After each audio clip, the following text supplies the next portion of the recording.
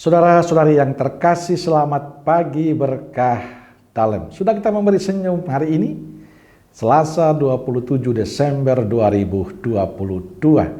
Gereja merayakan pesta Santo Yohanes Rasul dan Penginjil. Mari kita awali permenungan kita hari ini dengan tanda kemenangan Kristus dalam nama Bapa dan Putra dan Roh Kudus. Amin. Permenungan kita hari ini diambil dari Injil Yohanes bab 20 ayat 2 sampai 8.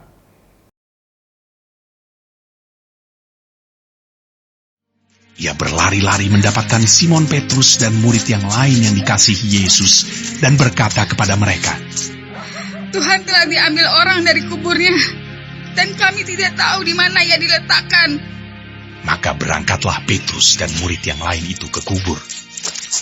Keduanya berlari bersama-sama, tetapi murid yang lain itu berlari lebih cepat daripada Petrus sehingga lebih dahulu sampai di kubur. Ia menjenguk ke dalam dan melihat kain kapan terletak di tanah. Akan tetapi ia tidak masuk ke dalam. Maka datanglah Simon Petrus juga menyusul dia dan masuk ke dalam kubur itu. Ia melihat kain kapan terletak di tanah, sedang kain peluh yang tadinya ada di kepala Yesus tidak terletak dekat kain kapan itu, tetapi agak di samping di tempat yang lain, dan sudah tergulung. Maka masuklah juga murid yang lain yang lebih dahulu sampai di kubur itu, dan ia melihatnya dan percaya.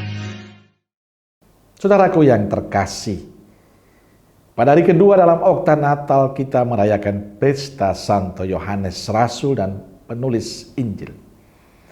Yohanes adalah murid yang dikasihi Yesus, yang mendengar dan bersaksi dengan baik tentang apa yang telah dialaminya bersama Yesus. Yohanes memberi kesaksian tentang Yesus Kristus yang bangkit dan jaminan akan hidup kekal. Yohanes menegaskan bahwa tulisannya merupakan kesaksian tentang apa yang dia dengar, apa yang dia lihat, dia alami selama perjalanannya bersama Yesus, bahkan sampai kebangkitan Yesus Kristus. Maka kesaksiannya adalah benar.